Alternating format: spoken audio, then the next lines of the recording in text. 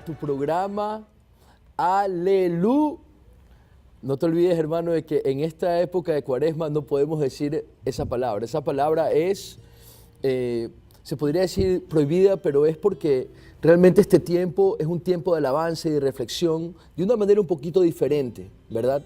Vamos un poquito más con la mortificación, con la penitencia, pero todo eso nos ayuda a acercarnos más al Señor.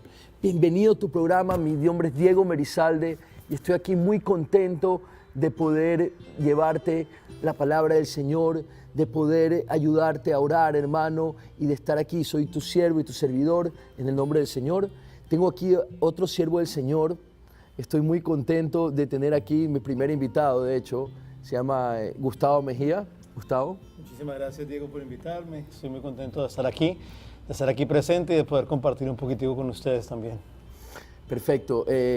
Si me pusiera a decir todo lo que Gustavo ha hecho o todo lo que Gustavo es, me quedaría aquí todo el programa. Así que lo que voy a decir es que él lidera el movimiento de teología del cuerpo aquí en la Arquidiócesis de Miami mediante un ministerio que se llama One Body, One Mind y One Spirit.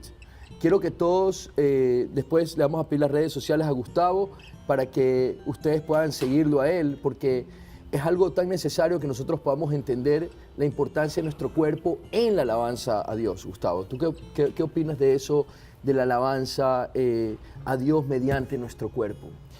Bueno, antes de responder esa pregunta, quiero ir a un comentario que hacía George Weigel, que es uno de los grandes comentadores de San Juan Pablo II, de todos sus escritos, de toda su teología, en la cual él decía que la teología del cuerpo fue hecha para sacudir todas las bases catequéticas de la Iglesia Católica. No es ni cambiar ni quitar, es simplemente darle vida a lo que la Iglesia siempre ha creído. Y eso incluye la liturgia, eso incluye la alabanza, eso incluye la forma en que nosotros nos comunicamos, nos acercamos y nos relacionamos directamente con Dios. Es bien interesante lo que dices, porque mucha gente cree que nosotros somos un espíritu que mediante un cuerpo llega a la santificación y llega como que a una separación de lo que es el cuerpo y de lo que es el espíritu, ¿no? Entonces, ¿qué nos podrías decir al respecto, Gustavo? Porque mucha gente cree de que nuestro cuerpo es como nuestro enemigo, que no nos deja acercarnos a Dios, ¿verdad?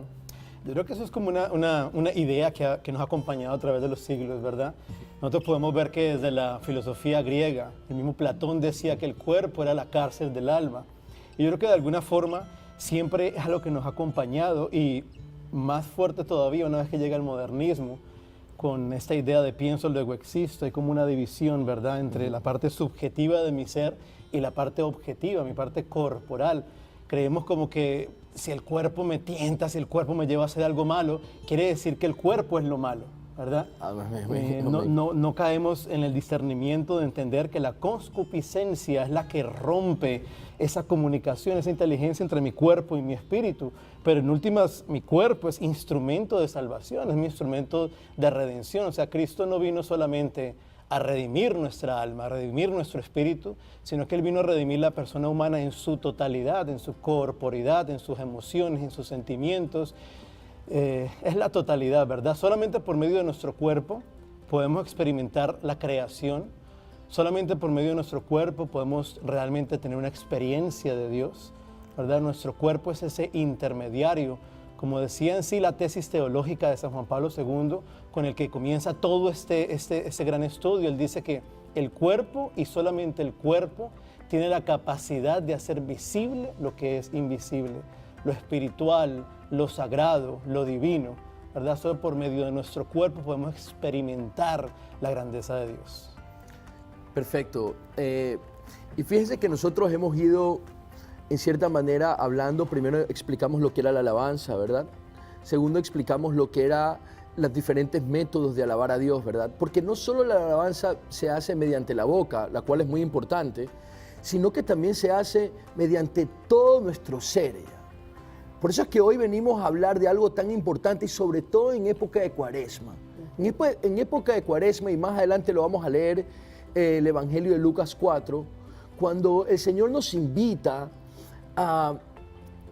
el Señor es llevado al desierto, ¿verdad? El Señor es llevado al desierto y es tentado, ¿verdad? Y el Señor en ese momento decide morir a su voluntad para darle vida ya a su espíritu ya. Y es muy importante porque la primera tentación ya es la tentación. ¿Cuál es la tentación? La tentación del pan ya. Y obviamente la tentación del pan viene a ser no solamente el pan, sino todas las necesidades de nuestro cuerpo en sí. ¿Qué opinas de eso, Gustavo? O sea, no, fuera de tu opinión también, o sea, lo que obviamente has aprendido. No, me gusta lo que estás diciendo porque si nosotros vamos, por ejemplo, al Evangelio de Juan, nosotros vamos a ver que en el Evangelio de Juan, las primeras palabras que el evangelista le pone en la boca de Jesús es a esos discípulos cuando les pregunta qué buscan, qué desean. Y yo creo que de alguna forma eso apunta directamente a esa primera tentación en el desierto, cuando se le tenta a Jesucristo por medio del hambre, ¿verdad? Y él dice, no solo de pan vive el hombre, sino de cada palabra que viene del Señor. Entonces, en esa primera pregunta que él le hace a estos apóstoles, él nos pregunta a nosotros, ¿cuáles son tus hambres? ¿Verdad? ¿De qué tienes hambre? ¿Qué es lo que deseas? ¿Qué es lo que realmente estás buscando? ¿Verdad? Porque constantemente, en todas las relaciones que tenemos, en todas las acciones que hacemos, en todos los apostolados que ejercemos, estamos buscando algo. Amén. Hay algo de nuestro interior que está buscando. Y si no tenemos conciencia de esas búsquedas, vamos a quedar presos de cualquier cosa que nos ofrezca el mundo, el medio, la sociedad. Entonces, algo que tenemos que tener siempre claro es cuál es mi hambre, cuáles son los deseos internos de mi corazón, cuál es esa sed que tengo. Me encanta la Madre Teresa de Calcuta, yo no sé si tú sabías, pero en cada crucifijo, por todos los conventos, en cada uno de los crucifijos, ella colocaba al lado la frase, tengo sed, ¿verdad? Porque cuando yo me doy cuenta cuál es mi sed, me doy cuenta que la primera sed es la que Cristo tiene de mí.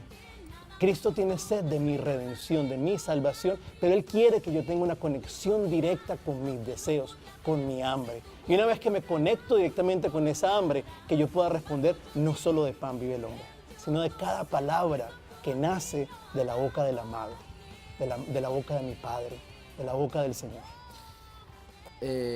Gustavo, y cuando tú hablas del hambre, ¿verdad? De ese hambre, tú estás hablando también de las hambres desordenadas que nosotros tenemos, ¿verdad? Claro que sí, sí. Algo que es bien importante en la teología del cuerpo de San Juan Pablo II es que él habla que cada una de esas hambres desordenadas o pasiones desordenadas, en sí misma, si las miramos en el fondo, están siendo llamadas a ser un impulso hacia lo bueno, lo bello y lo verdadero.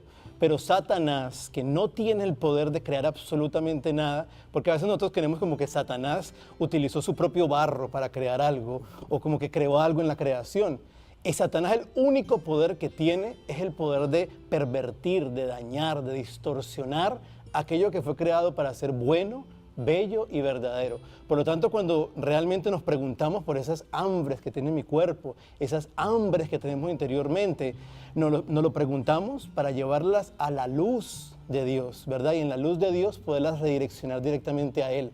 El problema es que, Diego, a veces tenemos miedo, ¿verdad? A veces tenemos miedo de abrirnos completamente y mostrar nuestras miserias, mostrar nuestras hambres, mostrar nuestros deseos. Tenemos miedo a ser juzgados.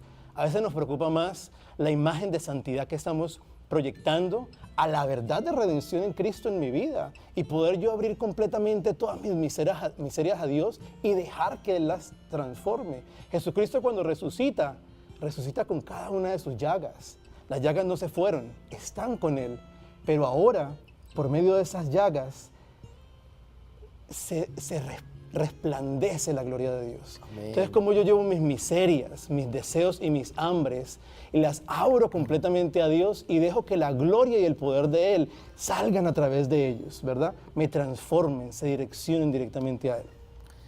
Qué increíble lo que dices, Gustavo, porque a veces no entendemos que nuestros pecados son a veces el calvario que nosotros vivimos hacia la santificación de Dios. Amén. Hermano, vamos a hacer una pausa en este momento y quiero dejarte con ese pensamiento, que tus pecados, tus miserias, son a veces las herramientas con las cuales vas a ser santificado. Quiero que lo pienses en tus pecados, en tus miserias, en esta pausa, que que pidas al Señor que te muestre y que te muestre al Señor tal como eres. Vamos a una pausa y ya pronto regresaremos aquí muy contentos con la visita de nuestro amigo Gustavo Mejía, que viene a enseñarnos muchísimo sobre la teología del cuerpo. Ahora nos vemos.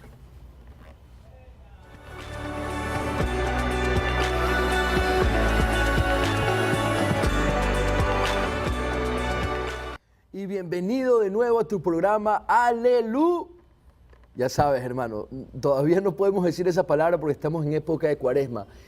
Yo diría que es una de las épocas más especiales, si no la más especial de la iglesia, ya que el Señor nos invita a un desierto a estar con Él, ¿verdad?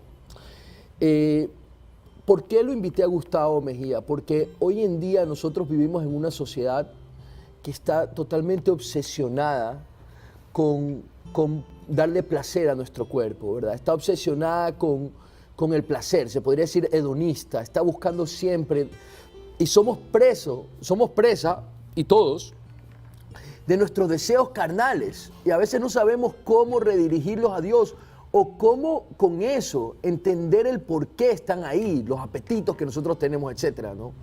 También porque en Cuaresma el Señor nos invita a irnos un poquito al desierto, irnos a ese desierto en el cual Él nos quiere llevar por medio de la mortificación. ¿Qué pasa en el desierto? En el desierto nosotros no tenemos alimento. En el desierto nosotros estamos caminando y si bien es cierto necesitamos un poco de agua. Como decía la Madre Teresa, que el Señor decía, tengo sed, fue una de las últimas palabras. Entonces en medio de ese desierto, en medio de ese despegarnos de nuestras búsquedas, de nuestro placer, siempre nos encontramos con el Señor, ¿verdad? Y a eso queríamos llegar a este punto del programa. Gustavo, entonces, fíjate que es algo, yo creo que el 80%, si no el 90% del mundo hoy en día sufre con este apetito voraz, ¿ya? De querer darle gusto a nuestros sentidos. ¿Tú qué nos podrías decir sobre esto y sobre todo en tu experiencia One Body, One Mind, One Spirit? Porque me doy cuenta de algo, de que hay una jerarquía entre el alma, la mente y el cuerpo, ¿ya? Y tiene que ver, tú decías un poco sobre la concupiscencia, pero yo creo que muchos de nuestros televidentes no entienden lo que significa la concupiscencia, Gustavo. Entonces, háblanos un poco de qué es lo que significa la concupiscencia y quiero que nos hables sobre esa jerarquía que existe entre el espíritu, la mente y el cuerpo, que también lo hablaba Juan Pablo II. Bueno, ahora que haces esa pregunta, a los jóvenes que están viendo el programa, pues todos habrán visto esa película de Avengers, la primera parte, End of Game. Y al final de esa película de Avengers, si no se la han visto, aquí voy a decir el final, así que tengan cuidado. Al final de la película, tú vas a ver como todos los superhéroes se van deshaciendo y van desapareciendo y su imagen se va distorsionando. Cuando yo veía esa película, en ese momento para mí fue como un momento catártico. Fue como, wow. O sea, eso fue lo que pasó bajo el árbol del bien y el mal, ¿verdad? Que esa imagen y semejanza que tenemos desde el principio, porque Dios nos la dio, se empieza a distorsionar, ¿verdad? Empieza a haber una división entre el cuerpo y el espíritu. Entonces la inteligencia se rompe. Pero lo que pasa es lo siguiente, que aquellos deseos que fueron puestos en nuestro corazón desde el principio, de amar a Dios, de entregarnos corporalmente, ¿verdad? Porque solamente el cuerpo cuando se entrega está expresando amor y está enseñando amor y apunta directamente al mundo interior de Dios, ¿verdad? Esa unión de hombre, mujer, en esa unión que da vida, apunta directamente a la unión del Padre y con el Hijo, cuyo amor es el Espíritu Santo. Entonces, ese cuerpo está llamado a revelar ese misterio desde el principio que nos acompaña del mundo interior de Dios, pero ante el árbol del bien y el mal se desconecta mi cuerpo del espíritu.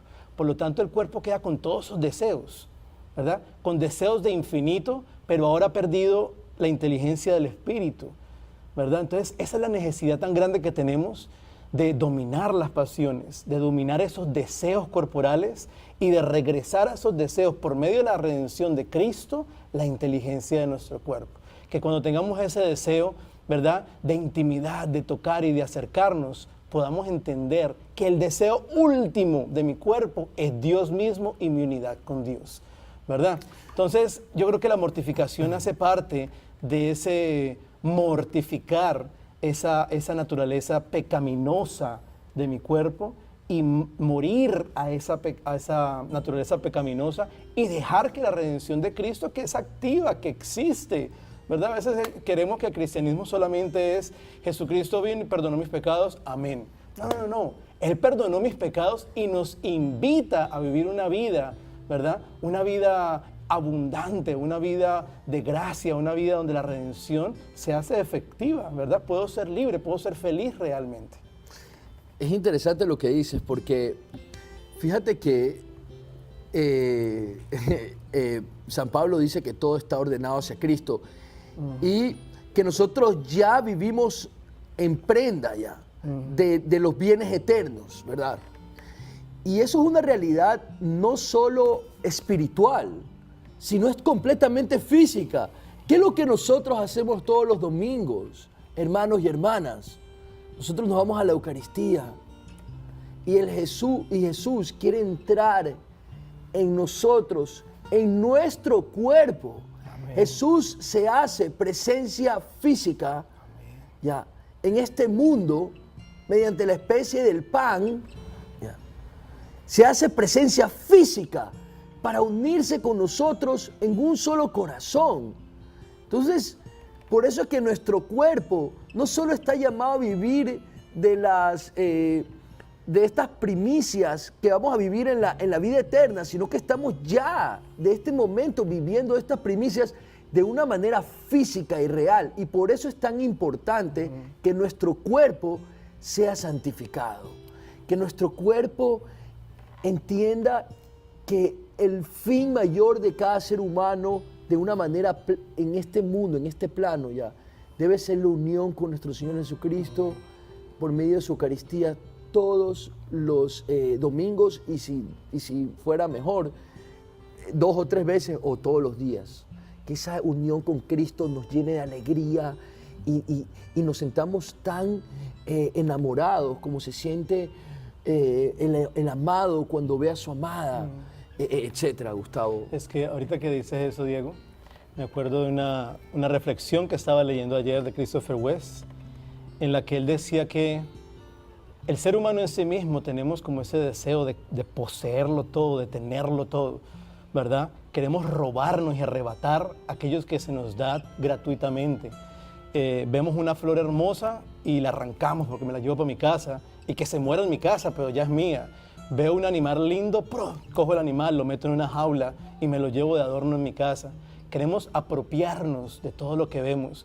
Y decía Christopher West que meditando en ese deseo del ser humano de apropiarse de todo, de adueñarse de todo, llegamos a una realidad, y es que el ser humano en nuestro interior sabemos que nuestro cuerpo tiene la capacidad, ¿verdad? Tiene el capax Dei, como hablaban los padres de la iglesia, de tomar a Dios y llevarnos en nuestro interior el creador del universo mismo por medio de la Eucaristía. O sea que nuestro cuerpo sabe y tiene ese deseo de tomar el cuerpo de Cristo, y sabemos que aquel que creó el universo, que creó las galaxias, que creó los mares, todas las cosas maravillosas que vemos en la creación, se quiere hacer uno con nosotros. Pero si nos desconectamos de esa realidad espiritual, ¿qué hacemos? Queremos poseer todas las cosas. Claro. Ya no tomo las cosas como un regalo, como decía San Juan Pablo II, y es que San Juan Pablo II decía que el cuerpo desde el principio tiene la capacidad de expresar amor, ¿verdad? De expresar amor. Y que cuando expresa amor, se entrega como un regalo. Vivo bajo la hermenéutica del regalo, de que me estoy donando y estoy recibiendo todo lo que Dios me da gratuitamente, ¿verdad? El pecado original. Hemos pensado tanto el pecado original y hemos como cambiado la historia de tantas formas.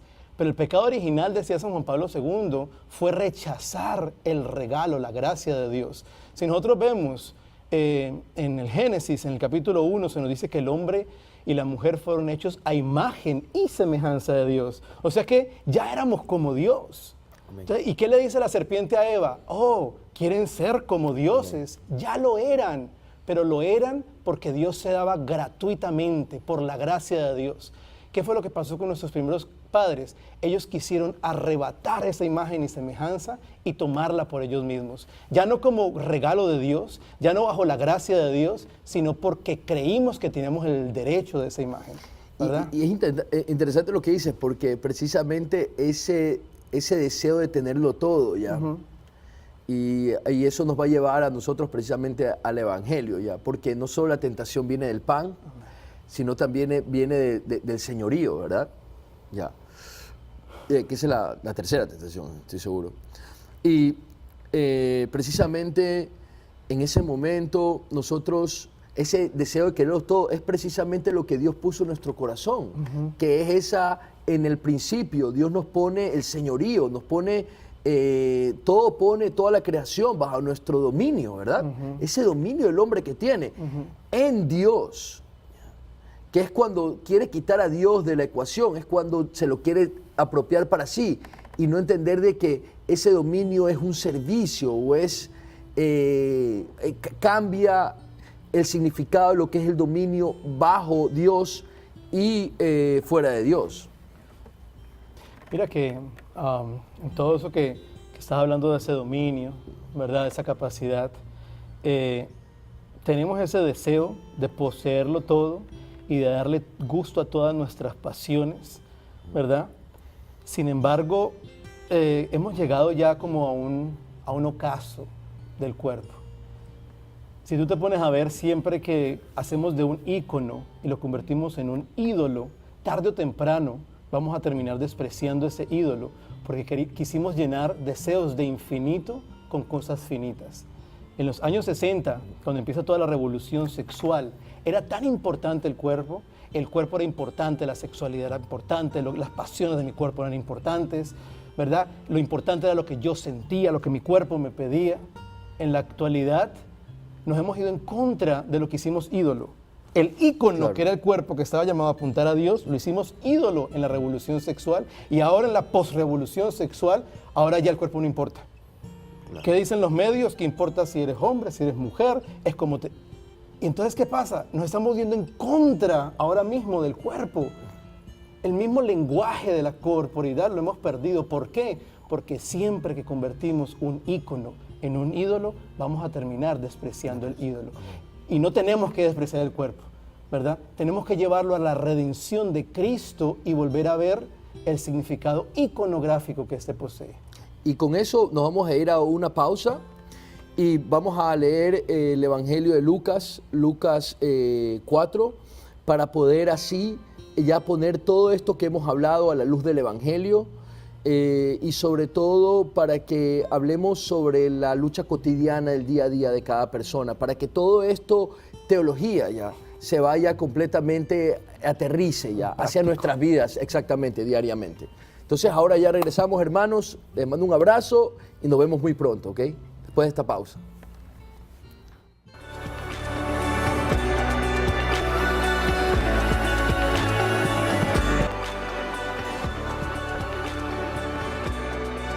Y bienvenidos a su programa Ale. Ya saben que no podemos decir esa palabra por ahora, el tiempo de Cuaresma, pero no importa, porque nosotros igual seguimos en alabanza al Señor. Ahora vamos a hacer la lectura del Evangelio de San Lucas y vamos a ponernos en la presencia del Señor en nombre del Padre, del Hijo, del Espíritu Santo. Amén. Y esta es la tentación de Jesús en el desierto. Lucas 4:1. Jesús volvió de las orillas del Jordán lleno del Espíritu Santo y se dejó guiar por el Espíritu a través del desierto, donde fue tentado por el demonio durante 40 días. En todo ese tiempo no comió nada y al final sintió hambre.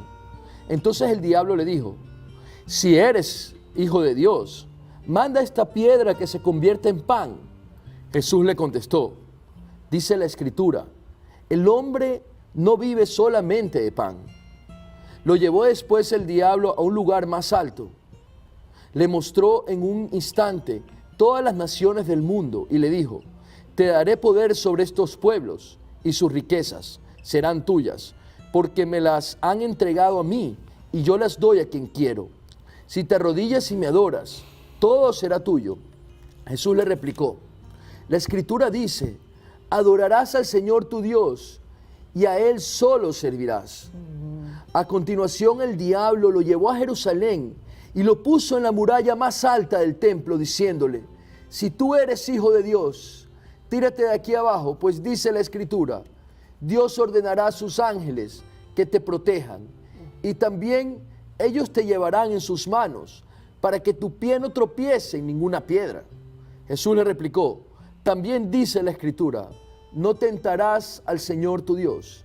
Al ver el diablo que había agotado todas las formas de tentación, se alejó de Jesús a la espera de otra oportunidad. Palabra de Dios. Te alabamos, Señor, que la palabra de Dios llene de bendiciones nuestra vida. Amén. Fíjate que esta palabra de Dios es muy significativa, ¿verdad? Tiene muchas cosas que obviamente apuntan, o sea, por ejemplo, las 3 tentaciones apuntan a diferentes desórdenes que nosotros tenemos. Y nosotros, Gustavo, en este programa hemos cubierto, en el primero y el segundo bloque, hemos cubierto la tentación del pan, ¿verdad? Que es a nuestros sentidos. Hemos también cubierto la tentación de que cuando el demonio le dice: mira todo esto, va a ser tuyo, ¿ya? Y lo que es la tentación del dominio, de querer ser dueño de todo, ¿verdad? ¿Ya? Entonces viene esta tercera que dice: lánzate al vacío y los ángeles te recogerán. ¿Qué es lo que podrías pensar sobre esta tentación, Gustavo? Yo creo que siempre tenemos esa tendencia, ¿verdad?, de tentar a Dios, ¿verdad?, de tentar el poder de Dios. Pero yo creo que igual, como lo habíamos dicho antes, si buscamos la verdad y quitamos la perversión, nos vamos a dar cuenta que, como decía el Concilio Vaticano II, solamente Cristo le revela a la persona humana lo que significa ser humano, ¿verdad? Amén. Entonces... Esperamos un segundo. Fíjate que el demonio utiliza la palabra de Dios para tentar a Jesús. Eso es lo muy importante, porque el demonio no está usando sus propias palabras, usa la misma palabra de Dios para tentar a Jesús. Entonces, tú estabas diciendo de que solo Cristo nos puede revelar a Dios, ¿verdad? Claro, entonces eso hace que en sí mismos tengamos esa tendencia de imitar a Dios, ¿verdad?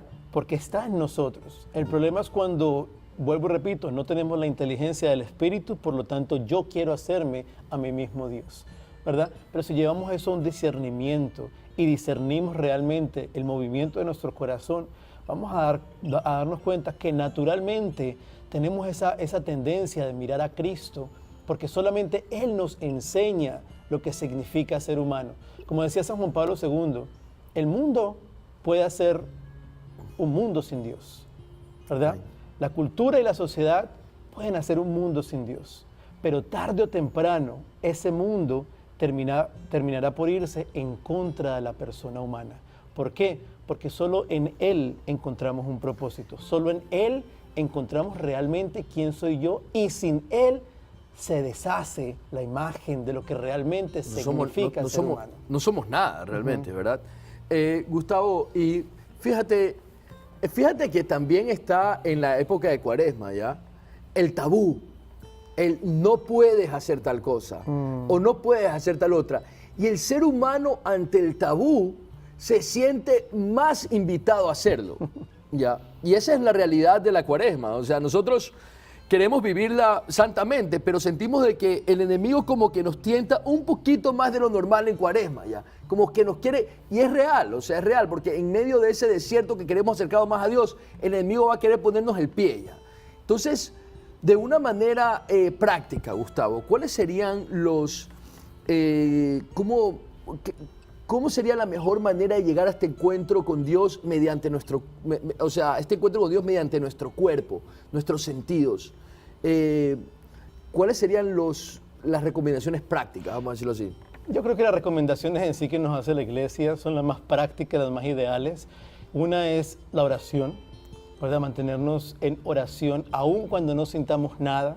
¿Y por qué quiero decir eso? Porque estamos en la cultura del ya no es pienso, luego existo, ahora es siento, luego existo. Lo que importa es lo que siento.